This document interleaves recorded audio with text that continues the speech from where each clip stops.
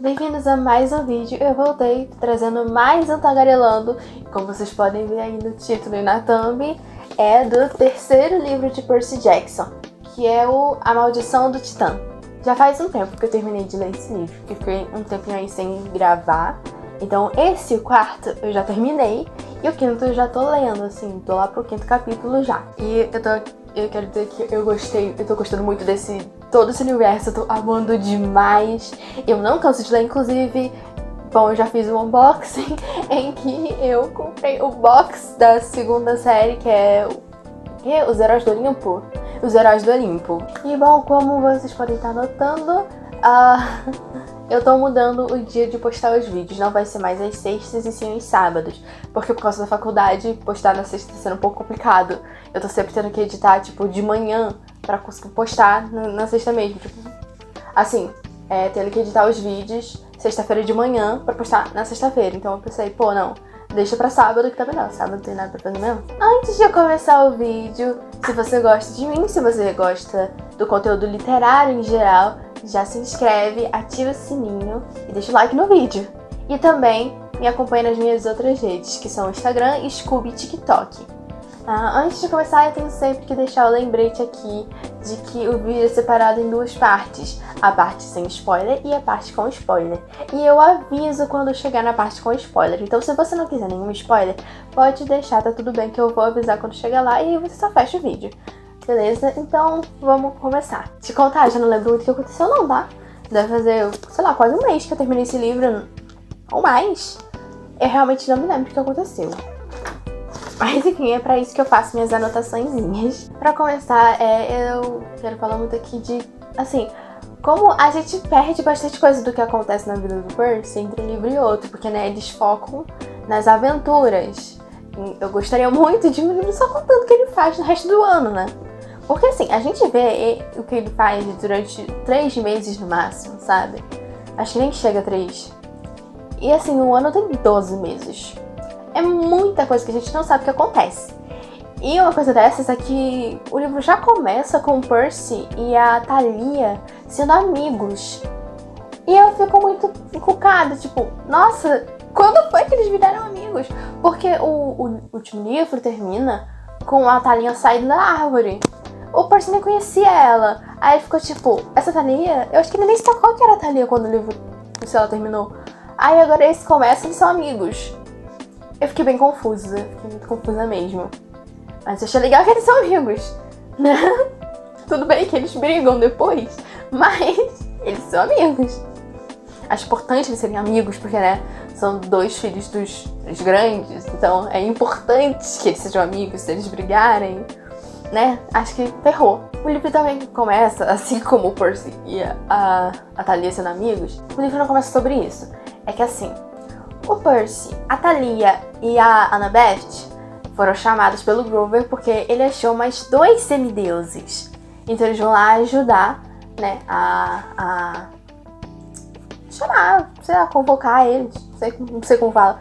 Lembrando que está no primeiro capítulo, que não é spoiler. O primeiro capítulo aparece no final do último livro. Então se você leu o último livro, tá lá no final o primeiro capítulo, ok? Não é spoiler. Então tá lá os 2 semideuses que são irmãos, que são a Bianca e o Nico de Ângelo.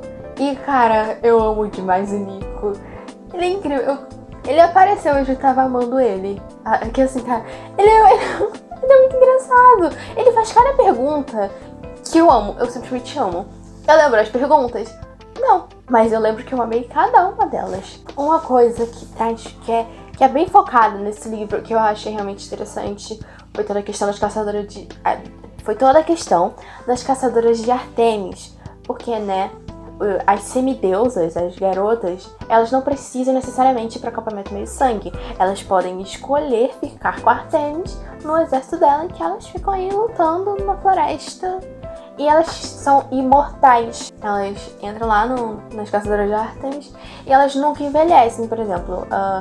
Eu entrei com 12 anos, eu vou continuar com 12 anos pra sempre. E aí tem os requisitos lá, né? Sendo que um deles é basicamente você fazer a castidade. É castidade que fala? Você não fica com ninguém, sabe? Mas aí especifica que, tipo, especifica mesmo que não pode ficar com garotos. Aí eu fico pensando, então se alguém ali, que assim, não são só garotas de 12 anos, ok? Tem gente adolescente ali. Então, se duas garotas ali se gostarem, elas podem ficar? Ou falaram garotas me mexe como forma de generalizar? Eu fiquei realmente confusa com isso, ok? É uma curiosidade que me bateu muito forte. Enfim, eu acho realmente muito interessante as caçadoras. E também acho interessante que elas podem usar o chalé no acampamento, né? Assim, elas não ficam no acampamento, mas quando elas vão, de vez em quando elas param lá, né? Aí elas podem usar, porque elas têm o direito, afinal, elas são crias de Artemis. A Artemis tá cuidando de todo mundo, então elas podem usar o chalé. Eu acho isso realmente bem legal. Mano, eu falei da briga, né? E cara, que briga foi aquela? O Percy levou uma surra, mas ele também quase deu uma surra na Natalie, ok? E assim, só pararam de brigar porque o oráculo apareceu. O oráculo do nada, ai, vou dar um passeio! Incrível! Bom, o bom é que realmente interrompeu a luta da Thalia e do Percy. E que bom, porque imagina a destruição que esses dois, sendo filhos dos três grandes lá, né? Seria uma destruiçãozinha, né? Seria bem interessante. Então, ainda bem que o oráculo apareceu. E, cara, essa briga do Percy e da Thalia... eu acho que é uma coisa deles serem bem parecidos. E também, né, tem todo o lance que o Percy fala que ele tá acostumado com as pessoas procurarem ele pra resolver as coisas. E agora tá procurando a Thalia. Então isso meio que incomoda ele. Então assim, é tipo, nossa, nós dois nascemos pra ser aqui, ó, protagonistas. Mas tá batendo assim, porque não dá pra ter dois. No caso eu acho assim que dá, mas nesse caso aqui não deu. Os dois estavam tentando ser líder ali, os dois tentando fazer as coisas. E tava batendo, tava dando certo, que um tinha uma ideia, outro tinha outra. Os dois tentavam fazer as coisas. Enfim, não bateu, né? Ok, agora fazendo parte da premissa do livro, que é, né, toda a questão da profecia. E a profecia diz que o quê? Que caçadoras e campistas têm que trabalhar juntos. E eu achei a maior ironia do destino, porque estavam brigando esse tempo todo, né? E aí eles têm que trabalhar juntos. Realmente, a grande ironia do destino. Eu achei incrível. Ok? Na real, a briga não tava tão grande assim, né? Assim, só falava, não queremos garotos. Tem o Grover? Tem, mas ele não conta. Isso que eu achei incrível, o Grover não conta como garoto Cruzat. Uma parte que me deixou muito confusa, que assim, o Percy tá lá seguindo, né, o grupo, porque ele não foi escolhido pra participar da missão. Então ele tá perseguindo o grupo. Nisso, o Sr. D vai interromper ele, vai impedir ele. Aí, o que acontece, né? O Sr. D conta a história da vida dele e depois deixa o Percy ir. Aí eu fico pensando, se era pra deixar o Percy ir, pra quê? Você só parou ele pra contar a história da sua vida? Porque assim, não faz a menor diferença em tudo que o Percy tá fazendo, as decisões dele. Não fazem. No máximo vai fazer ele entender um pouco do seu ponto de vista. Mas não vai fazer a menor diferença no que ele tá fazendo mesmo. Ele só tá ali tipo, aham, beleza, acaba logo pra eu poder ir. E é isso, acaba e ele vai. Não vejo sentido. O Sr. D parece que só queria atrasar ele. E não mudou nada. É isso, a gente só ficou sabendo um pouquinho mais do Sr. D. Mano, agora eu quero falar de uma coisa muito fofa, que é o Apolo. Cara, eu acho que o Apolo é assim, se não o melhor, um dos melhores pais olímpicos desse universo. Porque, cara, assim, os Zeus têm a regra de que os deuses não podem interferir nas missões dos filhos. Ok, beleza. Só que a irmã do Apolo tá sumida. E o Apolo se preocupa com ela, então ele fala...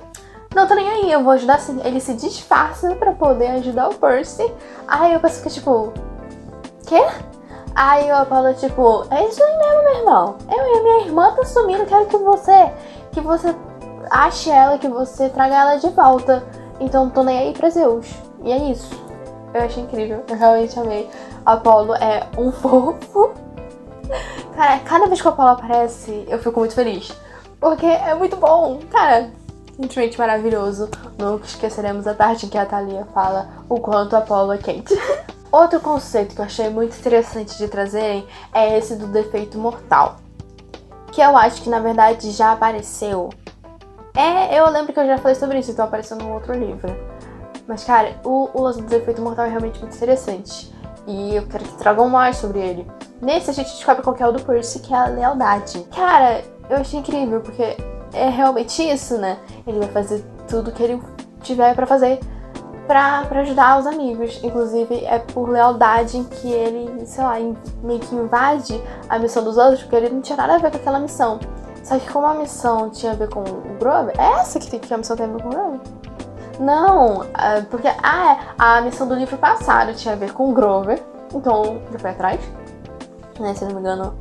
No livro anterior nem teve missão, ninguém tinha missão de ir lá recuperar. Tinha sim, foi a Clarice, agora eu lembrei. Ele também invadiu, só chegou lá. É o Grover, meu irmão, bota aqui sim. Enfim, mas aí nesse ele faz a mesma coisa, porque é a Annabeth que tá no meio disso tudo. Então, né, realmente faz super sentido o defeito mortal ser o do Percy, porque ele vai fazer tudo que tiver pra fazer pra salvar os amigos, ou pelo menos ele vai tentar, né? O que às vezes não dá certo. Principalmente com a Thalia, cara, eu não entendo como é possível. Geralmente os planos do Percy, se dão errado, não dão tão errado. Só que com a Thalia ali, parece que fica pior, sabe? Acho que é principalmente que a Thalia fica tipo, olha só, meu plano era melhor, não tava claro que era melhor. O seu plano foi loucura, não faz sentido. Ninguém concordou. E aí a gente fica tipo, caraca, cada briga do Percy com a Thalia, eu fico tipo, eita.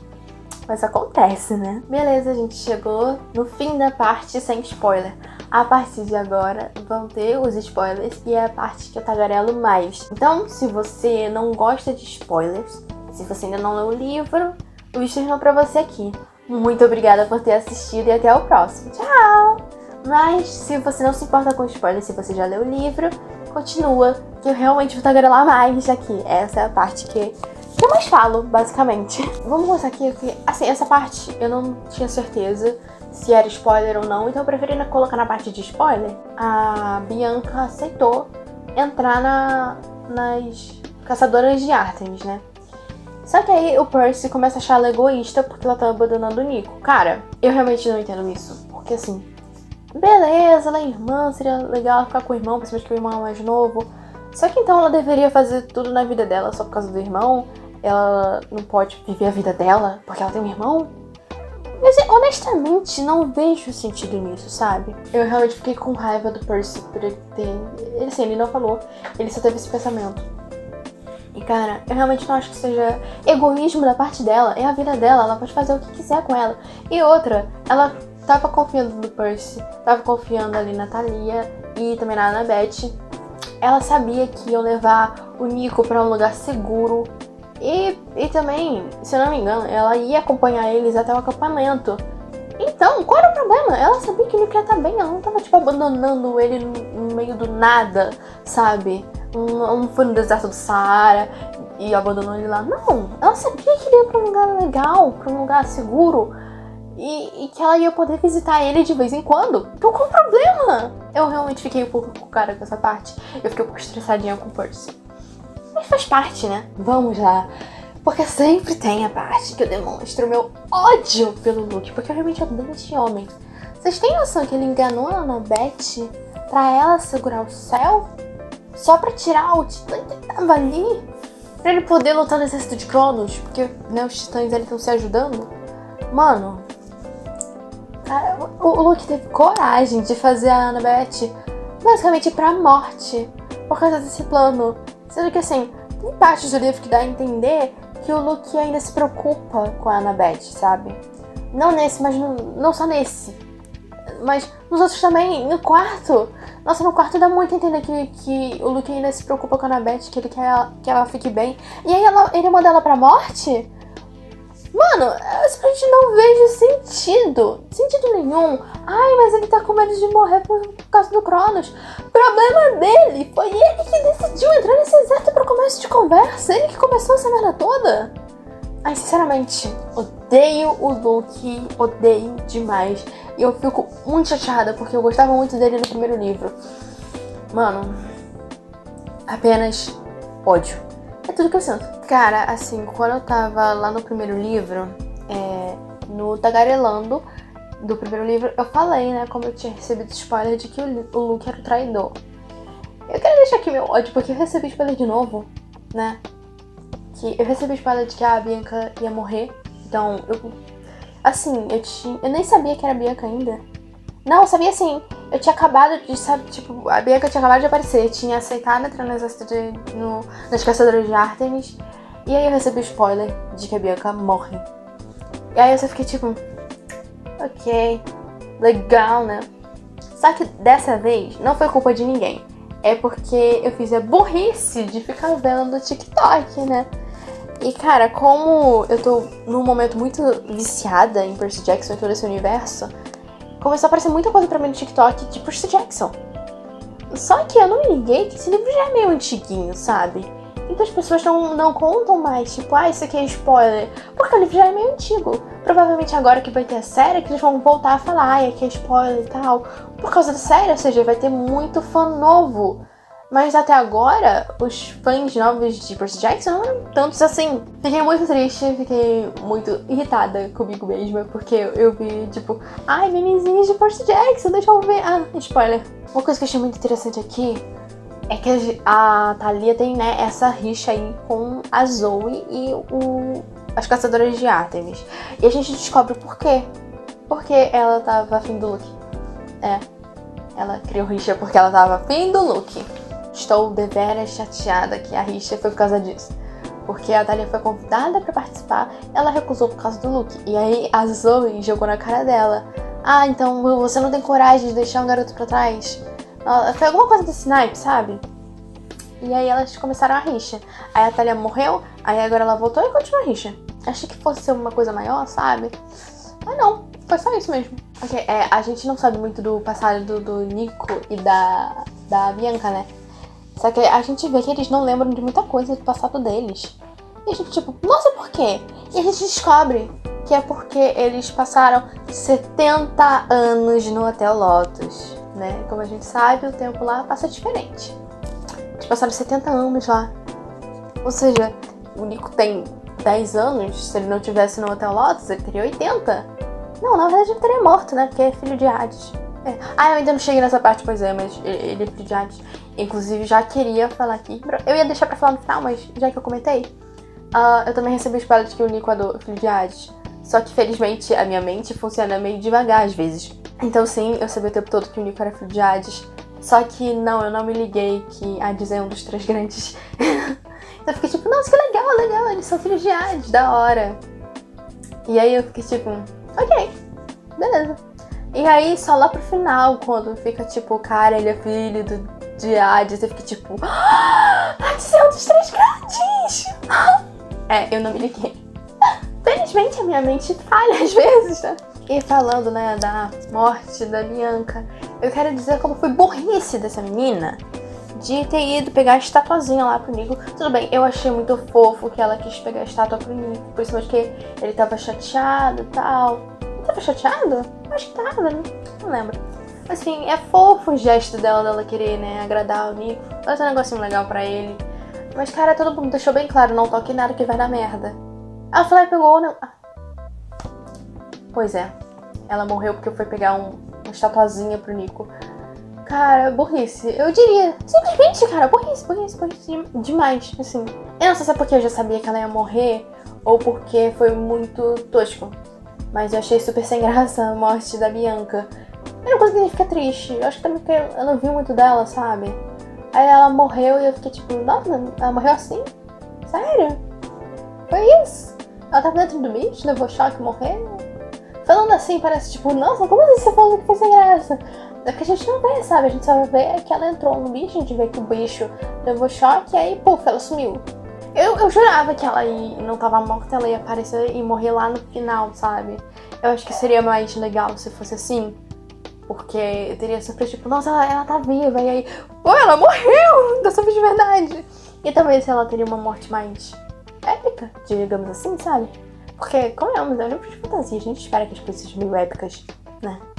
Enfim, a morte dela foi sem graça. Foi triste demais, mas sem graça. Uma coisa que é muito... Como eu não tenho isso antes?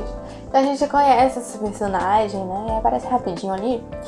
A Rachel Elizabeth Dare, que ela enxerga através da névoa.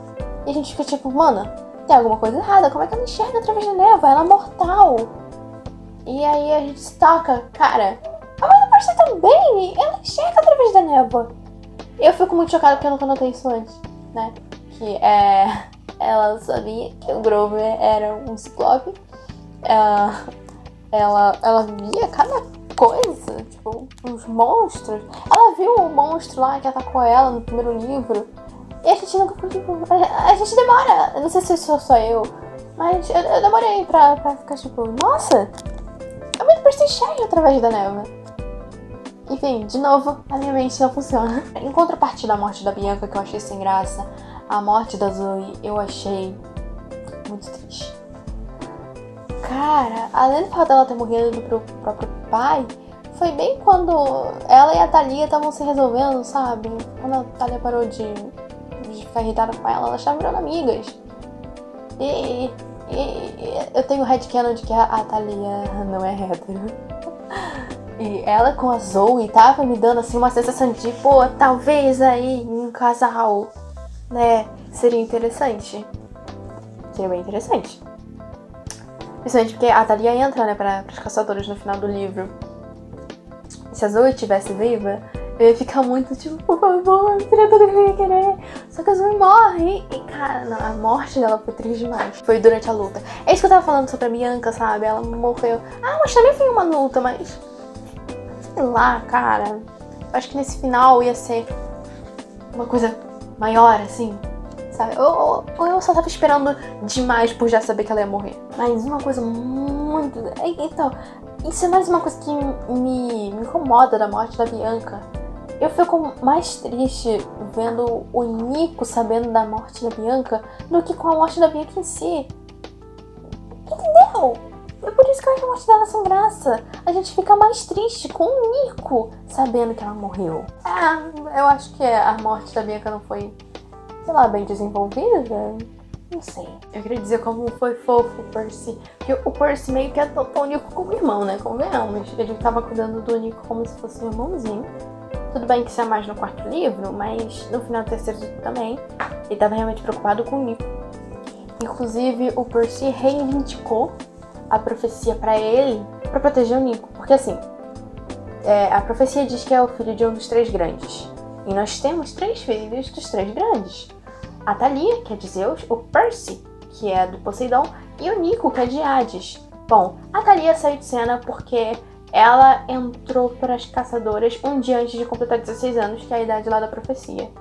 Logo, ela nunca fará 16 anos, logo a profecia não fala dela. O Nico e o Percy sobraram, né? Que é muito perigoso, principalmente com o Nico fugindo do acampamento.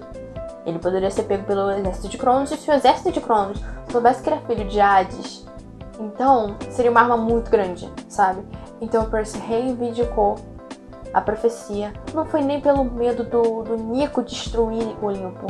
Não, foi pra proteger o Nico, porque ele sabia que o Nico estava em perigo, porque o exército de Cronos poderia fazer muito mal pro Nico.